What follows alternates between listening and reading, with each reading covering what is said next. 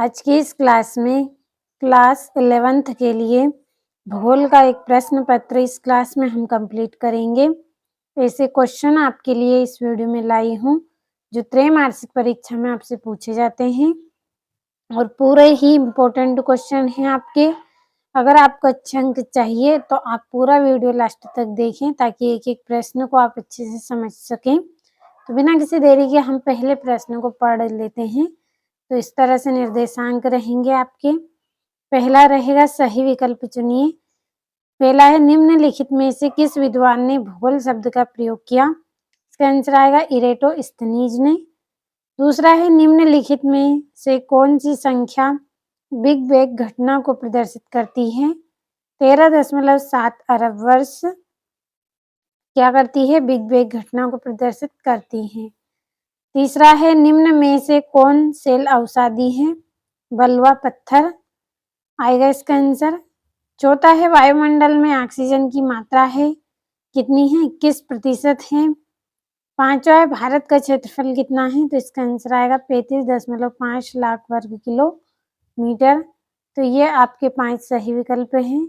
Screenshot ले अच्छे से और कंप्लीट करें। अब अगले प्रश्न को पढ़ते हैं। अगले प्रश्न में आपके रिक्त स्थान हैं। पहला है भारत के मध्य से डेश रेखा गुजरती है, कर्क रेखा गुजरती है। दूसरा है पृथ्वी पर जीवन डेश वर्ष पहले आरंभ हुआ, 380 करोड़ वर्ष पहले आरंभ हुआ। तीसरा है ग्रेनाइट और बेसाल्ट डेश शैलों का उदाहरण है, अग्नि शैलों का उदाहरण है। चौथा है उष्ण मरुस्थलों में डेश एक महत्वपूर्ण अपरदन का कारक है, तो इसका आंसर आएगा पवन। पांचवा है भूकंप मापी यंत्र डेश कहलाता है, सिस्मोग्राफ कहलाता है। छठा है जैव भूगोल में डेश का अध्ययन किया जाता है, जीव और वनस्पति का अध्ययन किया जाता है। तो ये आपके रिक्त स्थान हो गए। अब हमारी जोड़ियों को समझ लेते हैं, फिर आप दोनों प्रश्नों का साथ में स्क्रीनशॉट लें। तो ये आपकी जोड़ी पहली है मानव भूगोल का जनक रेडजेल है। दूसरा है सबसे लंबी अवधि, तो इसका आंसर आएगा पूर्व कैम्ब्रियन युग। तीसरा है केवलादेव, तो इसकी आएगी भरतपुर। चौथी जोड़ी है आपकी सैडल चोटी, तो इसका आएगा उत्तरी अंडमान। पांचवा कांतरित चट्टान, तो इसकी जोड़ी रहेगी संगमरमर। तो दोनों प्रश्नों का स्क्रीनशॉट ले, इसके बाद अगले प्रश्न को पढ़ेंगे। तो बढ़ते हैं अगले प्रश्न की ओर।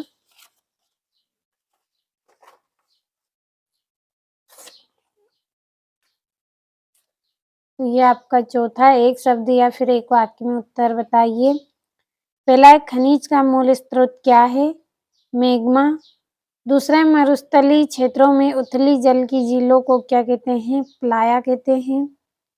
तीसरा है पृथ्वी की त्रिज्या कितनी है, 6378 किलोमीटर है। चौथा है वायुमंडल में ऑक्सीजन की मात्रा कब पूर्ण रूप से हुई, 200 करोड़ों रूप से पूर्ण हुई। पांचवा भारत किस गोलार्ध में स्थित है, उत्तरी गोलार्ध में स्थित है। छठा है कश्मीर हिमालय का कौन सा भाग ठंडा मरुस्थल कहलाता है, उत्तरी पूर्व भाग ठंडा मरुस्थल कहलाता है। अगले प्रश्न में आपके सत्य असत्य हैं, तो कंप्लीट है, दोनों का स्क्रीनशॉट ले, अच्छे से समझ ले आप इन प्रश्नों को। अब अगला जो हमारा प्रश्न है ये आपका छठा है, जहाँ से आपके 2-2, 3-3 और 4 नंबर के क्वेश्चन हैं। समझ लेते हैं इनको भी। पहला है भूगोल की एक परिभाषा लिखिए। सातवां है हमारे वायुमंडल में क्या क्या पाया जाता है। आठवां है भूकंपी तरंगों के छाया क्षेत्र क्या है। नौवां है खनिज क्या होते हैं, उदाहरण सहित बताइए। 10वां है बरखान किसे कहते हैं, ये कहाँ पाए जाते हैं। और अथवा है मोनार्ड नोक क्या होते हैं। तो स्क्रीनशॉट ले इतने प्रश्नों का, इसके बाद अगले प्रश्न को पढ़ेंगे। तो ये आपका 11वां संपूर्ण भारत की तट रेखा की लंबाई लिखिए। 11वां पश्चिमी तटीय मैदान पर कोई डेल्टा क्यों नहीं है। 13वां है अपवाह से क्या तात्पर्य है। 14वां है आपका घाटी रंध्र अथवा युवाला का विकास कैसे होता है।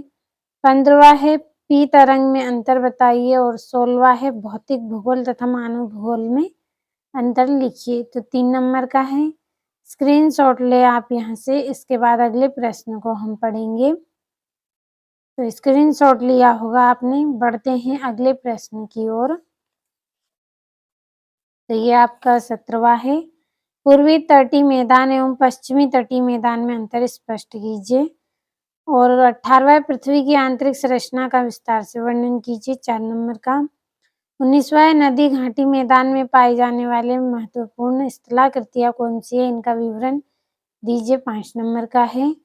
और ये 20वां है। निम्नलिखित में नामांकित चित्र रेखा सहित आपको बताना है। तो स्क्रीनशॉट ले यहाँ से आप यहाँ से पहले इतने प्रश्नों का ले, फिर बाद में आप यहाँ से लीजिए 8वें का।